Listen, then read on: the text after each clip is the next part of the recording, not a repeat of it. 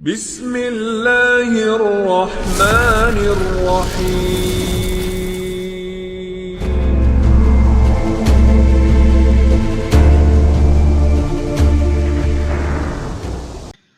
Sesungguhnya orang-orang yang beriman, orang-orang Yahudi, orang-orang Nasrani, dan orang-orang Sabi'in, siapa saja di antara mereka yang beriman kepada Allah dan hari akhir dan melakukan kebajikan, mereka mendapat pahala dari Tuhannya.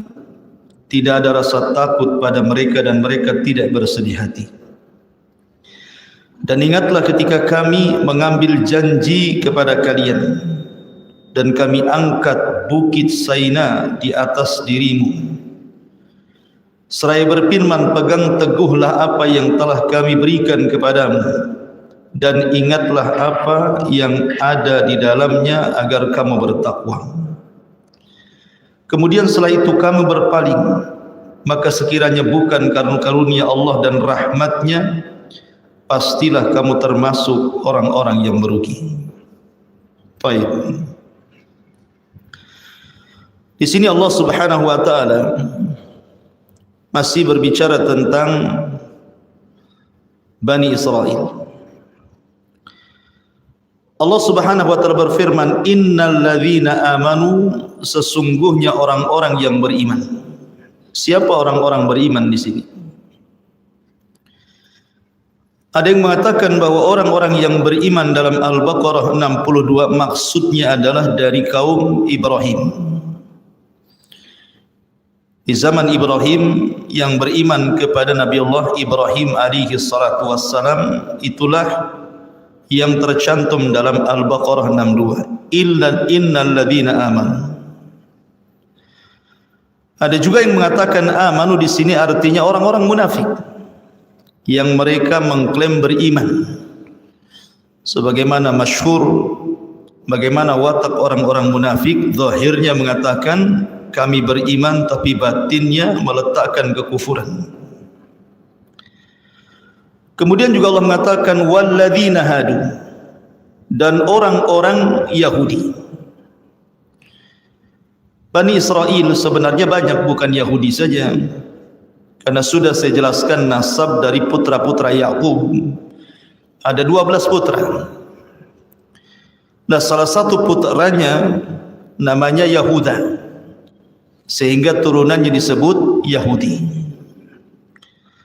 Tapi karena memang Allah karuniakan kepada orang-orang Yahudi, dari turunannya rata-rata banyak yang jadi raja Bani Israel, sehingga akhirnya kabilah-kabilah yang lain dari Bani Israel tidak dikenal. Yang dikenal adalah orang-orang Yahudi. Apalagi banyak peristiwa dan kejadian yang dilakukan orang-orang Yahudi terhadap nabi-nabi mereka. Dan Yahudi kemudian dianggap sebagai sebuah agama. Diutus kepada mereka Musa dan diturunkan kepada mereka Taurat. Walladhi wan nasara, dan orang-orang Nasrani. Orang Nasrani itu Nasara. Kenapa disebut Nasara? Karena linusratihim li Isa bin Maryam, karena mereka menasabkan diri para pembela Isa. Makanya mereka disebut dalam Al-Quran ketika bicara tentang pengikut Nabi Isa, mereka mengatakan nahnu ansarullah. Makanya kemudian dinisbatkan kepada mereka kalimat Nasrani. Ada juga mereka disebut Nasara. Was-Sabi'in, adapun orang-orang Sabi'in, As-Sabi dalam bahasa Arab itu disebut isim mangkus seperti Al-Qadi, As-Sabi gitu ya.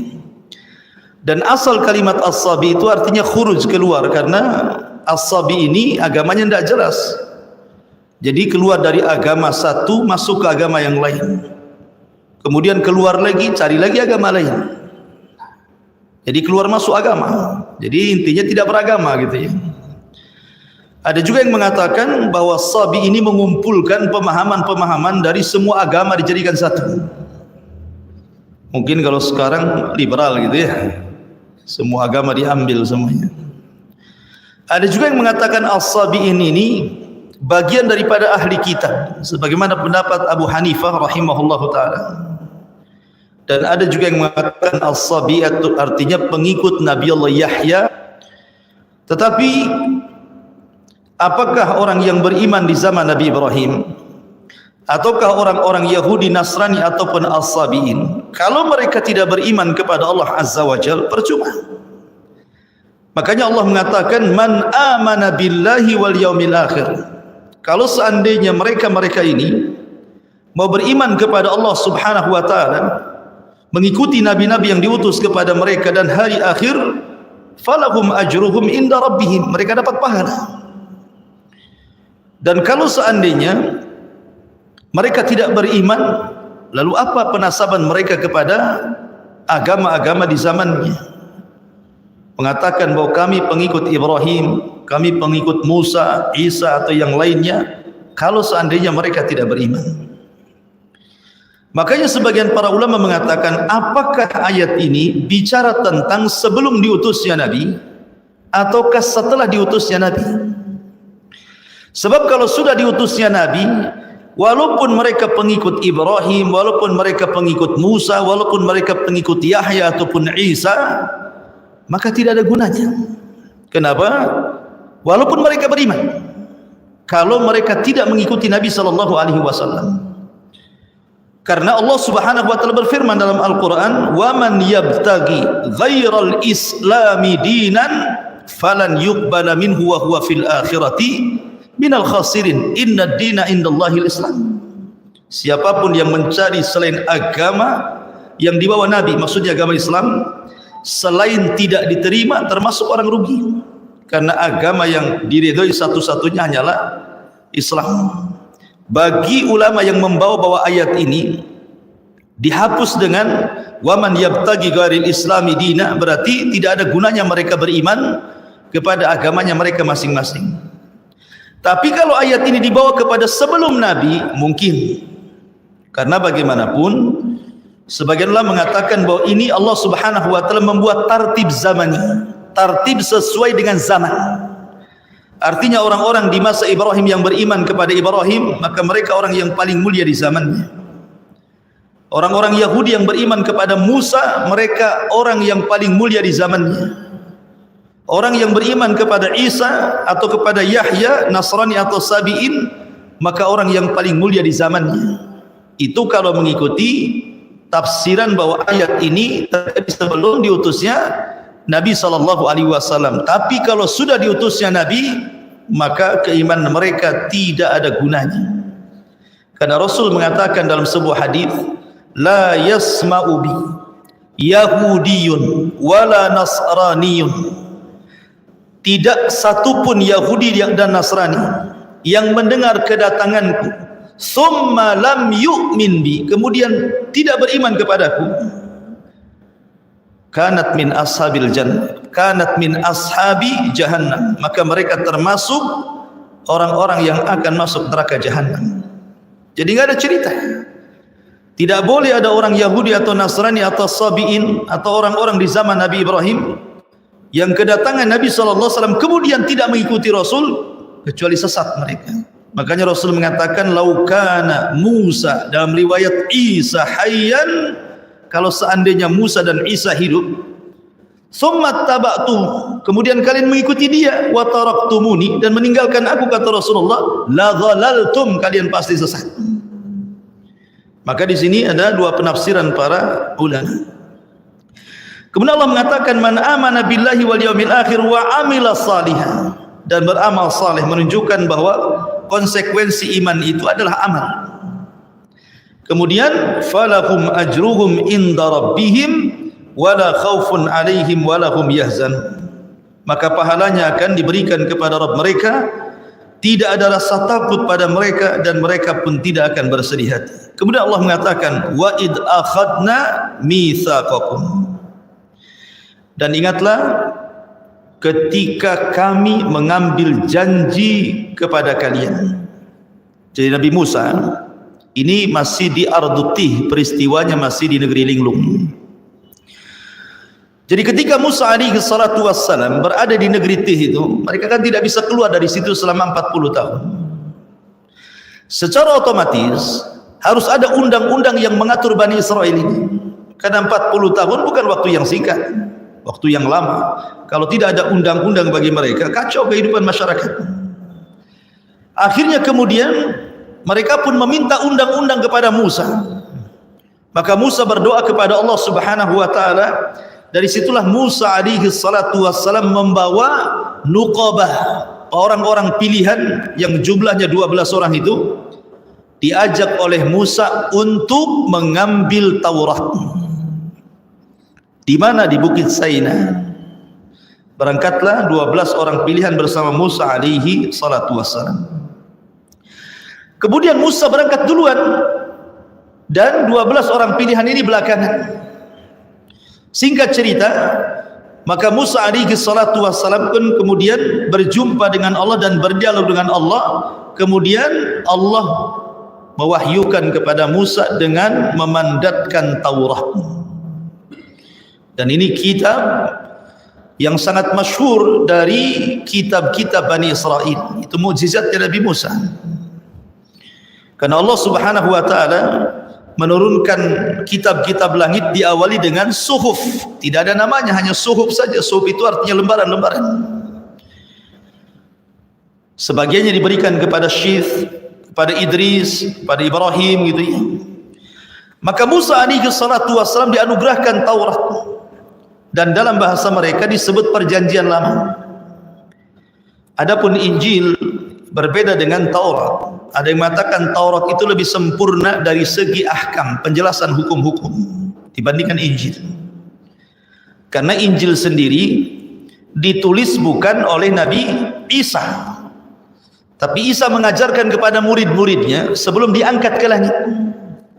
Kemudian murid-muridnya ini menyebar untuk mendakwahkan syariat Isa. Maka muncullah beberapa Injil yang ditulis oleh murid-muridnya. Di sana ada Lukas, di sana ada Matta, di sana ada Yohanna, macam-macam, ada 4 Injil. Sehingga kemudian berbeda penjelasan satu Injil dengan yang lainnya, karena ini kan berasal dari murid-murid yang berbeda. Ya, jadi Isa punya murid-murid, masing-masing muridnya nulis Injil gitu ya. Mereka menulis apa yang mereka dapati dari wejangan-wejangan Isa bin Maryam sebelum Isa diangkat ke langit. Sehingga akhirnya banyak perbedaan antara Yohanna, kemudian Lukas, kemudian Matta, kemudian yang lainnya. Dari situlah kemudian banyak terjadi penyimpangan, terutama setelah berlalu 200-300 tahun setelah wafatnya Isa bin Maryam. Banyak kemudian orang-orang Yahudi merusak ajaran Nasrani. Akhirnya muncul pemahaman Isa Tuhan lah, Isa anak Tuhan lah, Isa satu di antara 3 Tuhan, macam-macam pemahaman mereka. Intinya bahwa Allah Subhanahu wa taala anugerahkan kepada Isa Taurat. Taurat ini satu-satunya kitab yang dicatat langsung oleh tangan Allah Azza wa Jalla dalam lauh sebuah papan. Akhirnya kemudian Musa membawa Taurat itu. Rupanya ketika di perjalanan Allah sudah ngasih tahu bahwa kaumnya itu sesat, disesatkan oleh orang namanya Samiri. Ketika Samiri membuat anak patung sapi, akhirnya 70.000 murtad menyembah patung anak sapi. Ditinggal 40 malam bisa murtad tuh. Dan di akhir zaman bukan 40 malam saja kata Rasulullah. Nanti di akhir zaman itu ada orang yang pagi hari mukmin, malam hari sudah kufur. Malam hari mukmin, pagi hari sudah kufur.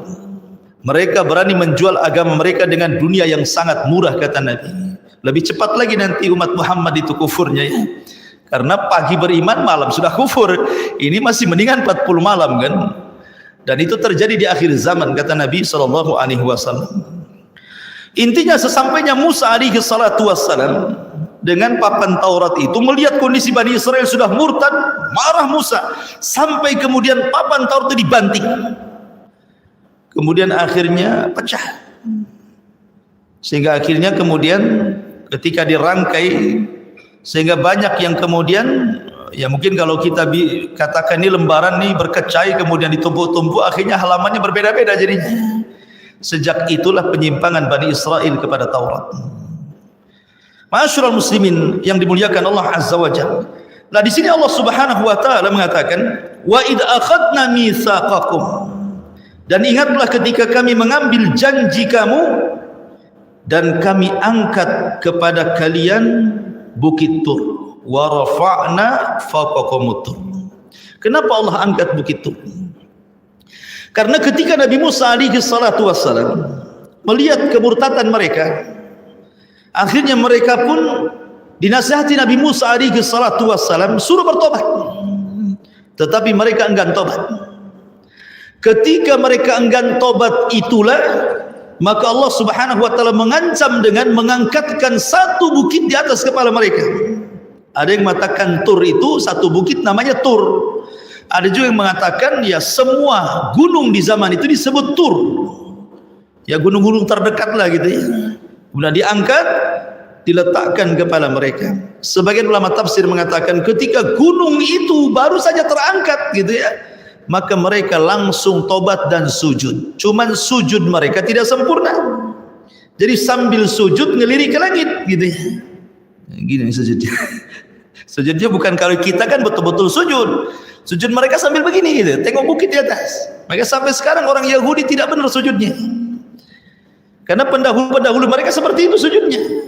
Ya. Kenapa mereka sujud langsung tobat gitu sambil melirik ke atas gitu ya? Karena mereka tahu bahwa azab Allah Subhanahu wa taala ada di atas kepala mereka. Dari sini Musa alaihi salatu wassalam memaksa mereka dengan bahasa kita ini mau ikut Taurat, mau ikut undang-undang Taurat, ataukah bukit yang di atas kepala kalian dilemparkan kepada kepala-kepala kalian. Makanya Allah mengatakan khudhu ma atainakum. Khudhu ma atainakum, ambillah ma atainakum biquwah, apa yang telah kami datangkan kepada kalian biquwatin, dengan sungguh-sungguh. Kalau mau tobat, tobat sungguh-sungguh. Jangan kemudian tobat asal-asalan gitu ya. Kemudian wadhkuru ma fihi la'allakum tattaqun. Di sini Allah Subhanahu wa taala mengatakan khudhu ma atainakum biquwah. Ketika Nabi Musa memaksa mereka mau tobat atau tidak. Kalau tidak tobat, kalian akan mati dengan dibantingnya bukit Tur di atas kepala kalian. Tapi kalian kalau mau tobat, maka gunung ini tidak akan dibanting kepada kepala kalian, tetapi tobatnya dijelaskan dari ayat sebelumnya. Di mana Allah Subhanahu wa taala mengatakan faqtulu anfusakum dzalikum khairul lakum inda bari'ikum fataba 'alaikum innallaha huwat tawwabur rahim. Maka kalian harus saling bunuh di antara kalian. Saling membunuh di antara kalian itulah tobat kalian. Dan tentu mati di atas tobat jauh lebih baik dibandingkan mati di atas kesyirikan. Karena mereka menyembah ijen, menyembah patung anak sapi.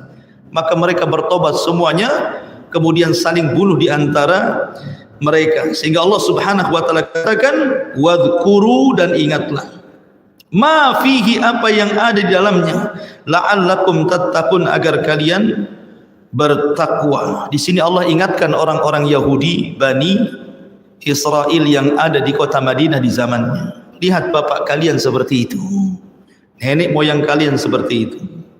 Tsumma tawallaitum min ba'di dzalik falaula fadlullahi 'alaikum wa rahmatuhu lakuntum minal khasirin. Tetapi apa yang terjadi dengan Bani Israel? Bani Israel itu memang betul-betul ya, sudah jelas-jelas kawannya bertobat, kemudian saling membunuh gitu. Ini yang hidup, yang sisa yang hidup itu yang menyaksikan bagaimana mereka saling membunuh sehingga 70.000 mati bergelimpangan. Apa yang terjadi? Tsumma tawallaitum, kemudian kamu berpaling lagi. Ya. Mim ba'di dzalika, setelah peristiwa itu, laula fadlullahi 'alaikum wa rahmatuhu lakuntum minal khasirin. Kalaulah bukan karunia Allah kepada kalian, rahmatnya kepada kalian, tentu kalian termasuk orang-orang yang rugi. Jadi rahmat Allah luar biasa diberikan kepada Bani Israel. Mereka sudah bermaksiat, bertobat Allah ampuni, maksiat lagi, bertobat Allah ampuni. Dan begitulah Allah Subhanahu wa taala wasi'at rahmatuhu kulla syai'. Jadi rahmatnya itu meliputi segala sesuatu.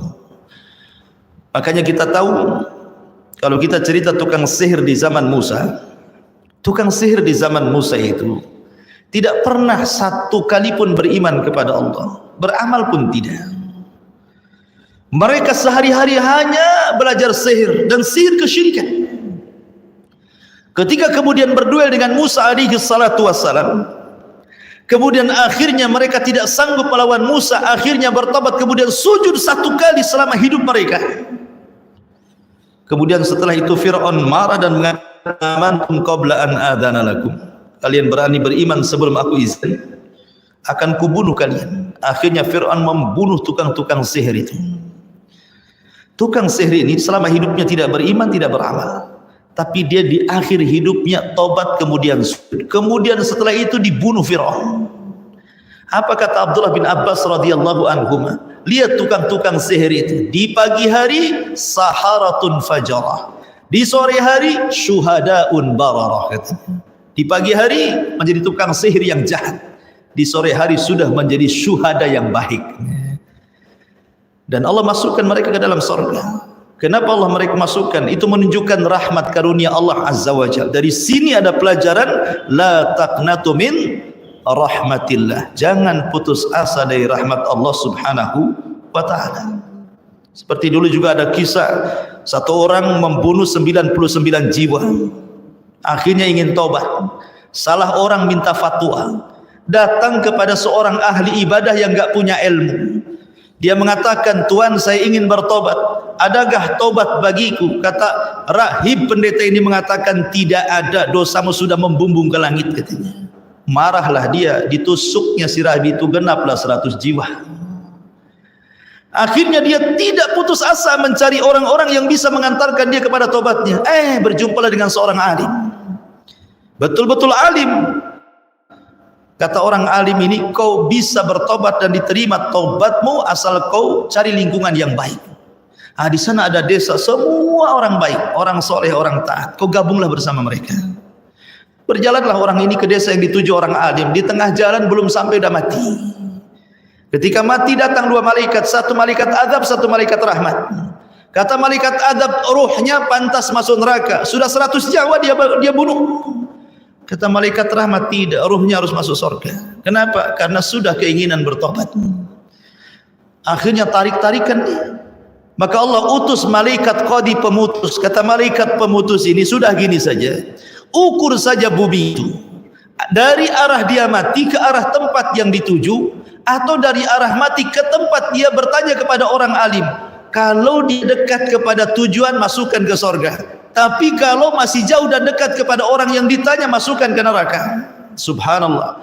Hakikatnya bumi itu sebenarnya dia lebih jauh kepada desa yang dituju dan lebih dekat kepada orang yang bertanya. Tapi karena rahmat Allah Subhanahu wa taala luas, Allah lipat bumi itu sehingga kemudian desa yang dituju jauh lebih dekat dibandingkan orang alim yang ditanya. Akhirnya kemudian yang berhak mendapatkan terus siapa? Malaikat rahmat. Begitulah rahmat Allah Subhanahu wa taala. Dulu di zaman Bani Israel ada 2 orang bersaudara. Dua-duanya ini bersaudara, tapi yang satu orang ahli ibadah, yang satunya pula ahli maksiat. Kan begitu ya dalam keluarga itu. Kadang-kadang kita sudah ngaji, keluarga mungkin satunya masih maksiat gitu ya. Dalam keluarga kan tidak semuanya baik, ya tidak semuanya jahat. Pasti di antara lingkungan itu pasti ada yang baik, ada yang jahat. Jadi zaman Bani Israel ada 2 orang, satu alim, abid, satu jahat. Yang abid ahli ibadah ini memang baik, setiap hari nasihati saudaranya. Tubilallah, bertobatlah kau kepada Allah, si maksiat aja kau ini. Enggak mau didengar juga.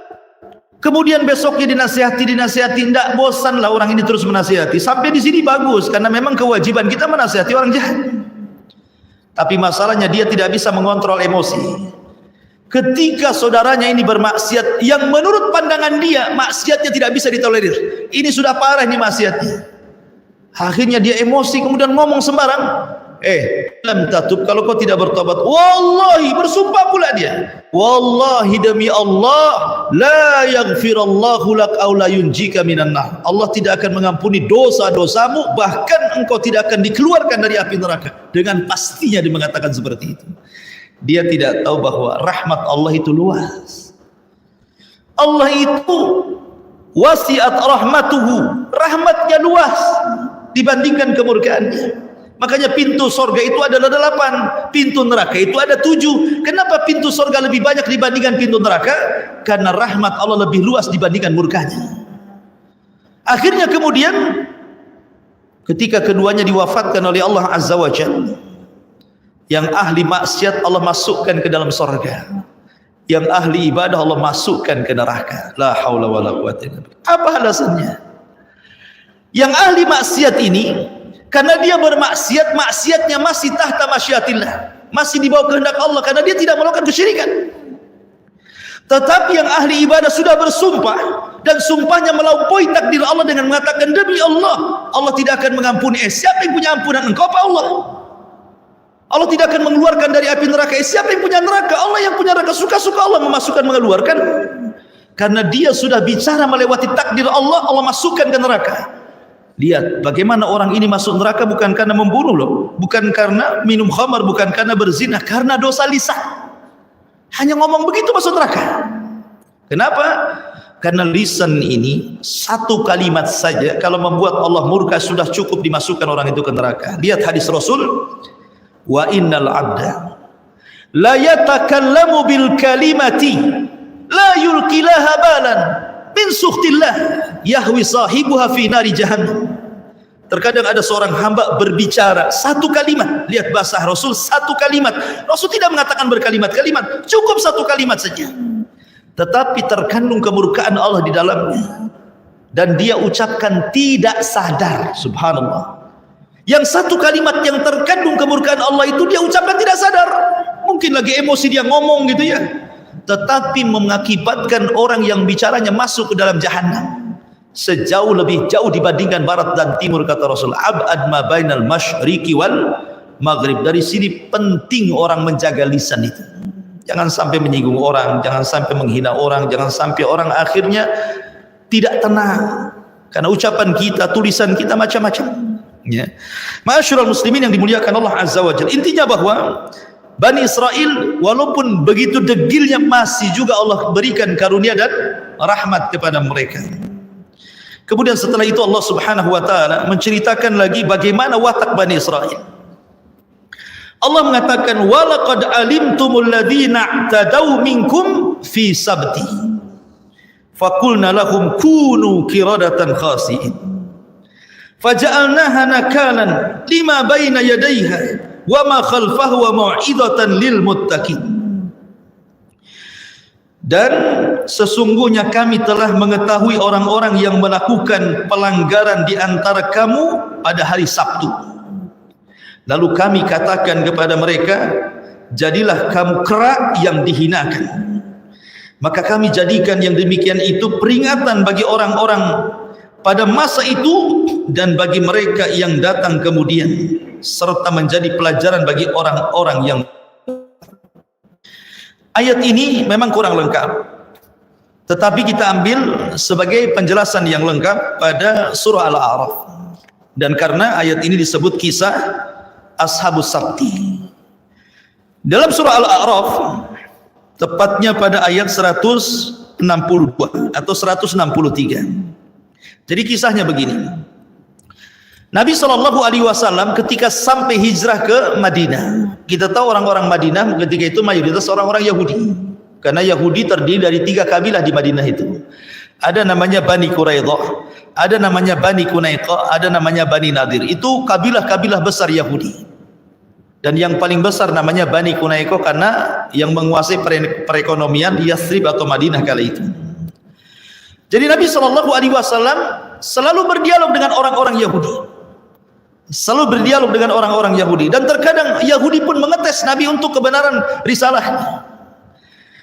Jadi karena orang-orang Yahudi itu mereka sulit tidak wahyi, sangat sulit tidak wahyi. Beda dengan orang Nasrani. Di zaman Rasul banyak orang masuk Islam, orang-orang Nasrani, tapi orang Yahudi sedikit. Walaupun pemimpin mereka Abdullah bin Salam masuk Islam dari pemimpin Yahudi, tetap saja orang Yahudi tidak beriman. Ya. Jadi Nabi SAW ingin bertanya kepada mereka tentang kakek buyut mereka. Seolah-olah Nabi SAW mengatakan, kalian seperti ini, saya mau tanya kepada kalian tentang Ashabus Sabti. Dulu kakek buyut kalian ada yang disebut dengan ashabus sabti, orang yang memuliakan hari Sabtu. Bagaimana sahnya? Makanya Allah Subhanahu wa taala mengatakan dalam surah Al-A'raf ayat 123, Allah mengatakan was'alhum 'anil qaryati allati kanat hadiratal bahri.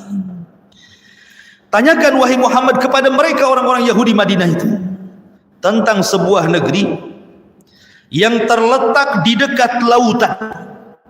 Ada yang mengatakan negeri ini namanya Ailah.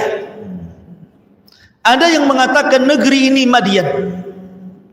Tapi yang jelas bahwa nama tidak penting. Kalau memang penting tentu disebutkan dalam Al-Quran. Karena Quran itu mengambil ibrah dan pelajaran. Cuman ahli tafsir ada yang mengatakan tempat yang dimaksud itu adalah Ailah, dan ada yang mengatakan Madian atau perkampungan nelayan memang hidup di tepian lautan. Orang-orang Yahudi semuanya di situ. Kemudian Allah mengatakan id ya'duna fi sabti id ta'tihim khitanuhum yawma sabtihim surra'an wa yawma la yasbituna la ta'tihim. Apa yang terjadi ketika mereka melanggar aturan pada hari Sabtu? Begini ya, Allah Subhanahu wa taala sebenarnya sudah menawarkan kepada Yahudi atau Nasrani satu hari yang disebut dengan hari sakral, di mana mereka satu hari itu diperuntukkan untuk beribadah, tidak boleh untuk dunia. Perang tidak boleh, cari ma'isyah tidak boleh, bekerja tidak boleh, pokoknya hari itu khusus ibadah. Dan Allah tawarkan hari Jumat. Tapi mereka tidak mau mengambil hari Jumat. Mereka mengambil hari Sabtu. Kemudian Nasrani mengambil hari Ahad, dan Allah pilihkan Islam hari Jumat. Jadi Allah yang memilihkan Jumat kepada kita. Tapi mereka kemudian tersesat dari hari Jumat mengambil hari Sabtu. Orang Nasrani tersesat dari hari Jumat dan mengambil hari Ahad. Bukan tidak ada alasan. Orang-orang Yahudi mengambil hari Sabtu itu karena kita tahu bahwa alam semesta ini diciptakan oleh Allah Subhanahu wa taala fi sittati ayyamin, pada tempo 6 hari. Di mana Allah Subhanahu wa taala menciptakan bumi dimulai dari hari Ahad. Kemudian Senin, bumi selesai. Kemudian Allah naik ke langit, kemudian Allah menciptakan langit. Hari Selasa dan hari Rabu. Kemudian selesai langit, maka hari Kamis dan Jumat Allah turun lagi ke bumi. Kemudian Allah Subhanahu wa taala ciptakan fasilitas bumi. Allah ciptakan gunungnya, sungainya, hutannya, binatangnya, macam-macamnya di situ. Maka genaplah berapa? 6 hari. Fi sittati ayyam. Sehingga Allah Subhanahu wa taala kelelahan. Kemudian beristirahatlah di hari Sabtu. Jadi orang-orang Yahudi kemudian mengambil hari Sabtu, hari rehat mereka, karena itu hari rehatnya Allah Subhanahu wa taala setelah lelah menciptakan langit dan bumi, katanya begitu. Maka Allah bantah dalam Al-Quran, wa ma massana min lugub. Kami tidak tersentuh dengan kelemahan, keletihan, kata Allah. Enak saja Allah lelah. Kalau Allah lelah masalah. Ya. Kenapa masalah? Nabi Musa kan tanya, ya Rabb, kenapa kau tidak tidur, katanya. Jadi Nabi Musa mengatakan kepada Allah, kenapa kau tidak tidur, katanya.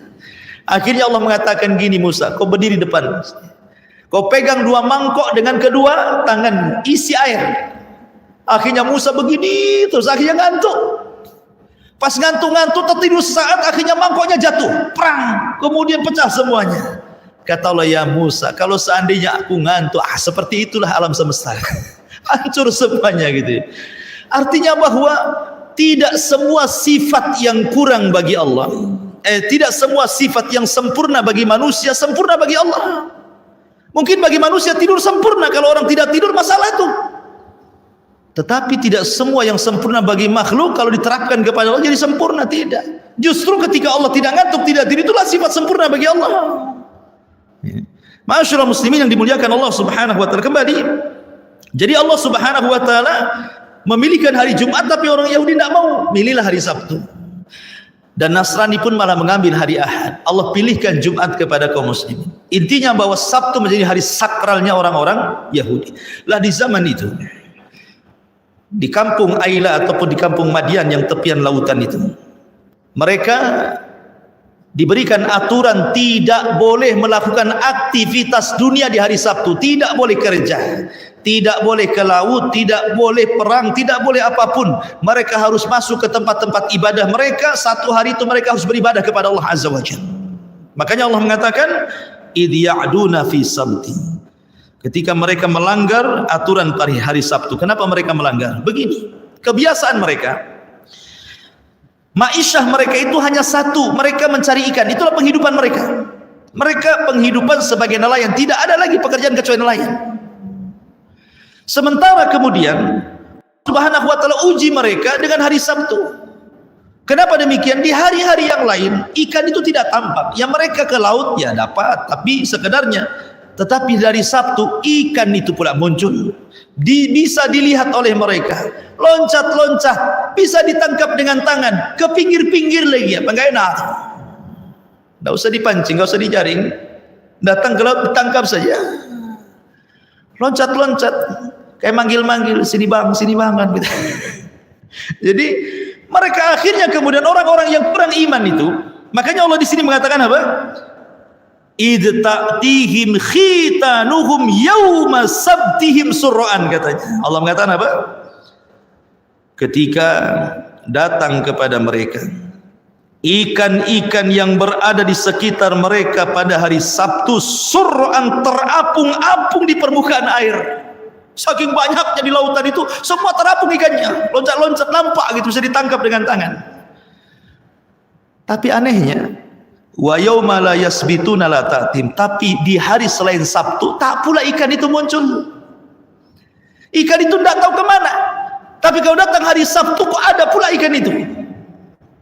Ini Allah Subhanahu wa ta'ala sedang menguji Bani Israel. Allah uji itu, kuat enggak imannya. Akhirnya kemudian ada sebagian orang-orang fasik dari kampung tersebut membuat khilah, ingin membuat makar.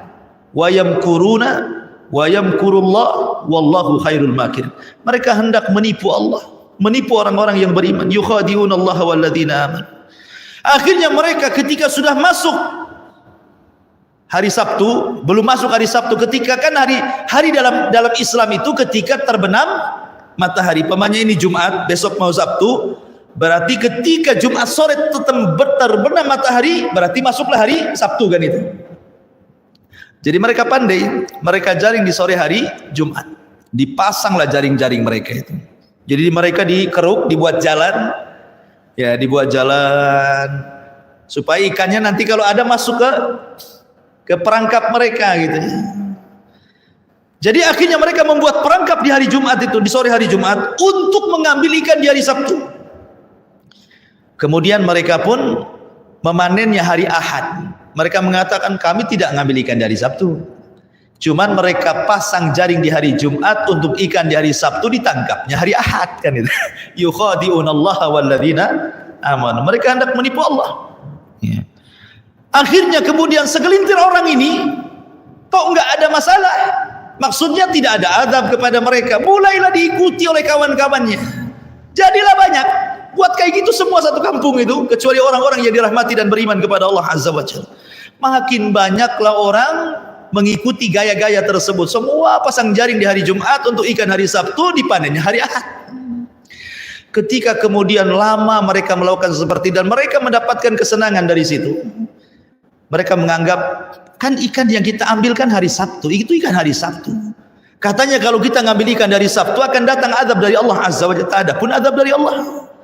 Akhirnya kemudian ada yang tajarru, sebagian mereka ada yang mulai berani mengambil ikan langsung dari Sabtu.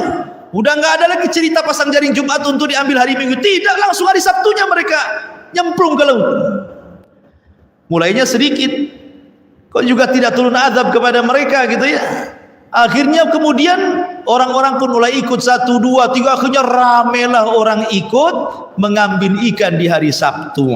Di sini Allah mengatakan idh ya'duna fi sabti, ketika mereka melakukan pelanggaran di hari Sabtu. Akhirnya kemudian manusia terpecah menjadi 3. Manusia terpecah menjadi 3. Wa idh qalat ummatun minhum lima ta'iduna qauman Allahu muhlikuhum aw mu'adzibuhum adzaban syadida. Qalu ma'dziratan ila rabbikum la'allahum yattaqun.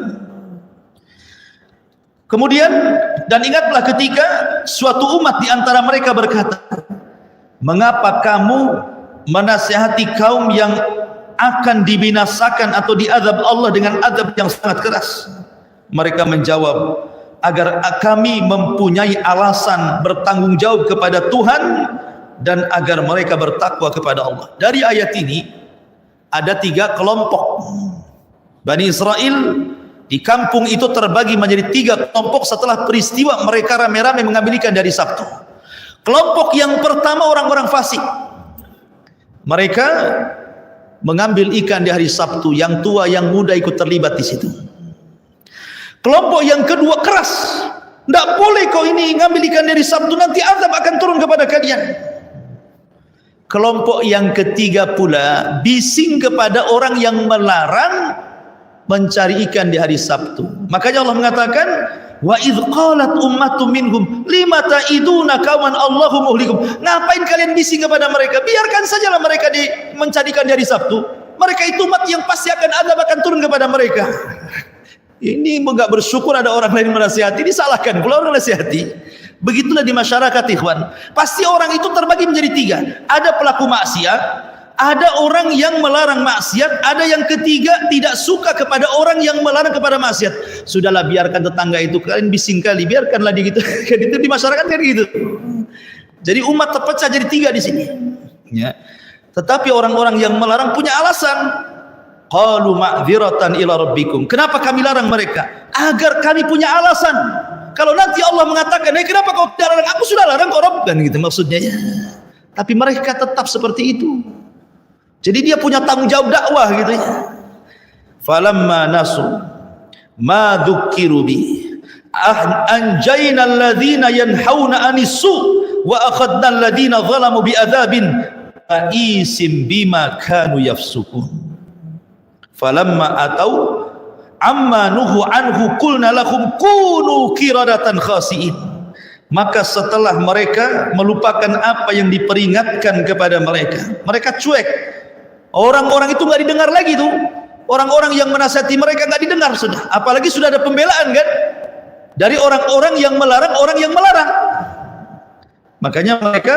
Maka setelah mereka melupakan apa yang diperingatkan kepada mereka, kami selamatkan orang-orang yang melarang orang-orang berbuat jahat, dan kami timpakan kepada orang-orang yang zalim siksa yang keras disebabkan mereka selalu berbuat fasik. Maka setelah mereka bersikap sombong terhadap segala apa yang dilarang, kami katakan kepada mereka, jadilah kamu kera yang dihinakan. Jadi begini kisahnya. Kita kembali kepada surah Al-Baqarah. Jadi orang-orang ini, orang-orang yang beriman, yang mereka tidak mau dekat dengan orang-orang yang mengambil ikan dari Sabtu, sepakat orang-orang yang beriman membuat pagar. Nampaknya kalian dengan kami tidak bisa. Kalau kami masih satu kampung sama kalian, kemudian Allah azab kalian, maka azab bukan hanya menimpa kalian, kami juga kena. Kalian sudah kami nasihati, kalian tidak mau. Kalau begitu kita pisah saja. Akhirnya kemudian orang-orang yang beriman keluar dari kampung itu, kemudian membuat dinding tinggi-tinggi untuk memisahkan kampung mereka dengan kampung orang-orang yang melanggar di hari Sabtu. Dibuatlah dinding tinggi sehingga terpisahkan. Jadi orang-orang yang tidak mau melihat mereka keluar, sehingga di kampung itu hanya tinggal 2 kelompok. Kelompok pertama yang mencari ikan di hari Sabtu, kelompok yang kedua yang melarang kepada orang yang melarang yang mencari ikan di hari Sabtu. Satu kampung dia. Dari situ ma'asyiral muslimin yang dimuliakan Allah Azza wa Jalla, apa yang terjadi? Biasanya di balik tembok itu apabila mereka dapat ikan, rame, biasalah nelayan kalau pulang dari lautan dapat tangkapan itu kan senang mereka, jerit-jerit gitu ya, teriak saking senangnya. Dan itu mereka biasa dengar hari-hari, terutama di hari Sabtu mereka ramai. Tapi suatu hari tidak pula ada suara. Senyap di hari Sabtu itu, tidak ada orang yang biasanya ramai kali, tak ada satu suara manusia pun. Sementara orang-orang yang beriman kan di balik dinding itu, kok biasa ramai pun ada ini. Penasaranlah orang-orang, coba lihat, tanjatlah tebing itu. Kemana mereka perginya? Kok tidak rame-rame? Akhirnya satu orang diutus untuk memanjat dinding, melihat. Pas dilihat ke kampungnya itu, tak ada satu orang pun. Tidak ada satu orang pun. Akhirnya kemudian dilaporkan kepada ulamanya. Tidak ada orang di kampung itu. Sepi, tak ada orang, yang kecil, yang besar, yang tua, yang muda, yang laki, yang perempuan. Tidak ada semuanya. Kagetlah akhirnya. Dari situ mereka bersepakat untuk membuka dinding pemisah, pagar pemisah, benteng pemisah antara kampung mereka dengan kampung orang yang melanggar di hari Sabtu. Ketika dibuka dindingnya itu, pintu dindingnya itu, tiba-tiba mereka melihat pemandangan yang mengejutkan. Tidak ada orang sama sekali, tetapi ada kera-kera yang sedang menempel di dinding-dinding mereka. Semua kera di situ. Sebagian dan babi. Jadi ada yang dikutuk jadi kera, ada yang dikutuk jadi babi. Makanya di sini Allah Subhanahu wa taala katakan sebagai penguat daripada surah Al-A'raf dalam surah Al-Baqarah, Allah Subhanahu wa taala mengatakan, "Walaqad alimtumul ladzina i'tadaw minkum fi sabti faqulna lahum kunu qiradatan khasiin." Maka kami jadikan, dan sungguh kami telah mengetahui orang-orang yang melakukan pelanggaran di antara mereka di hari Sabtu. Maka kami katakan kepada mereka, jadilah kalian kera-kera yang dihinakan. Maka kami jadikan yang demikian itu nakalan, peringatan, lima baina yadaihi wa ma khalfaha, bagi orang-orang yang ada pada masa itu, bagi orang-orang yang akan datang kemudian, wa mau'idatan lil muttaqin, dan juga bagi pelajaran yang bisa diambil orang-orang yang bertakwa jauh setelah peristiwa itu. Jadi ketika kemudian mereka orang yang beriman membuka gerbang itu, ternyata diambil pemandangan yang luar biasa. Mereka menjadi keras semuanya, dan sebagian mereka jadi babi. Sebagian para ulama mengatakan bahwa yang muda-muda semua dikutuk jadi kera, dan yang babi itu yang tua-tua. Jadi yang tua dikutuk jadi babi, yang muda-muda dikutuk jadi kera. Ada yang mengatakan seperti itu. Ada yang mengatakan bahwa orang-orang yang mengambil ikan di hari Sabtu itu dikutuk jadi kera. Kemudian yang kedua, orang yang memperingatkan orang yang melanggar di hari Sabtu dikutuk jadi babi. Ya kan? Kenapa? Karena dia tidak melakukan inkar kemungkaran, malah melarang kepada orang yang mengingkari kemungkaran kan. Sudahlah, jangan kau bising kepada mereka. Ini kan seolah-olah menghalangi kan orang yang sedang mengingkari sebuah kemungkaran. Akhirnya mereka terkena kutuk juga.